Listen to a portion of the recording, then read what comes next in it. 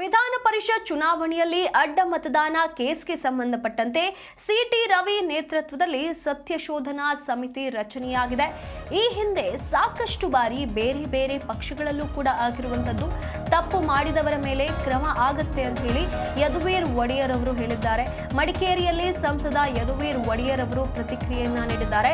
ಇದು ನಮ್ಮ ಆಂತರಿಕ ವಿಚಾರ, ಚರ್ಚೆ ಮಾಡಿ ಕ್ರಮವಾಗುತ್ತೆ. ಇದು ಕೇವಲ ನಮ್ಮ ಪಕ್ಷದಲ್ಲಷ್ಟೇ ಅಲ್ಲ, ಈ ಹಿಂದೆ ಕೂಡ ಹಲವು ಬಾರಿ ಬೇರೆ ಪಕ್ಷಗಳಲ್ಲೂ ಕೂಡ ಇದೇ ರೀತಿಯಾಗಿ ಅಡ್ಡ ಮತದಾನ ನಡೆದಿದೆ.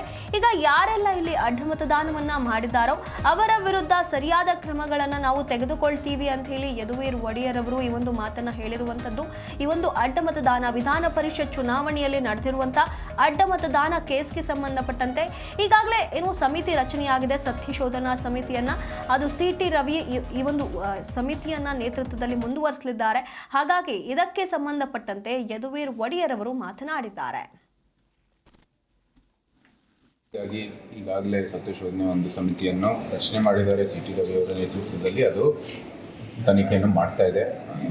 ಇದು ಪ್ರಕ್ರಿಯೆಗಳು ಆಗಬೇಕಾಗಿದೆ. ಇದೇನು ಮೊದಲನೇ ಒಂದು ಇನ್ಸ್ಟೆನ್ಸ್ ಅಲ್ಲ, ಕ್ರಾಸ್ ವೋಟಿಂಗ್ ಆಗಿರೋದು. ಬೇರೆ ಬೇರೆ ಪಕ್ಷದಲ್ಲೂ ಆಗಿದೆ, ಇವತ್ತು ನಮ್ಮ ಪಕ್ಷದಲ್ಲಿ ಆಗಿದೆ. ನಾವು ಕ್ರಮ ತಗೋಬೇಕಾಗಿದೆ. ಪ್ರಕ್ರಿಯೆಗಳು ಏನು ಮಾಡಬೇಕಾಗಿದೆ, ಏನು ಕ್ರಮಗಳು ತಗೋಬೇಕಾಗಿದೆ, ನಮ್ಮ ಸಂಘಟನೆ ಆಂತರಿಕ ವಿಚಾರಗಳು ಅದೆಲ್ಲನೂ ನಾವು ಚರ್ಚೆ ಮಾಡೋ ಮೂಲಕ ಏನು ಸೂಕ್ತವಾದಂಥ ಕ್ರಮ ಆಗ್ತದೆ. ಈಗಾಗಲೇ ಸತ್ಯಶೋಧನೆ ಒಂದು ಸಮಿತಿಯನ್ನು ರಚನೆ ಮಾಡಿದ್ದಾರೆ ಸಿಟಿ ರವಿ ಅವರ ನೇತೃತ್ವದಲ್ಲಿ. ಅದು ತನಿಖೆಯನ್ನು ಮಾಡುತ್ತಾರೆ. ಇದು ಪ್ರಕ್ರಿಯೆಗಳು ಆಗಬೇಕಾಗಿದೆ. ಇದೇನು ಮೊದಲನೇ ಒಂದು ಇನ್ಸ್ಟೆನ್ಸ್ ಅಲ್ಲ, ಕ್ರಾಸ್ ವೋಟಿಂಗ್ ಆಗಿರೋದು. ಬೇರೆ ಬೇರೆ ಪಕ್ಷದಲ್ಲೂ ಆಗಿದೆ, ಇವತ್ತು ನಮ್ಮ ಪಕ್ಷದಲ್ಲಿ ಆಗಿದೆ. ನಾವು ಕ್ರಮ ತಗೋಬೇಕಾಗಿದೆ. ಪ್ರಕ್ರಿಯೆಗಳು ಏನು ಮಾಡಬೇಕಾಗಿದೆ, ಏನು ಕ್ರಮಗಳು ತಗೋಬೇಕಾಗಿದೆ, ನಮ್ಮ ಸಂಘಟನೆ ಆಂತರಿಕ ವಿಚಾರಗಳು ಅದೆಲ್ಲನೂ ನಾವು ಚರ್ಚೆ ಮಾಡೋ ಮೂಲಕ ಏನು ಸೂಕ್ತವಾದಂಥ ಕ್ರಮ ಆಗ್ತದೆ.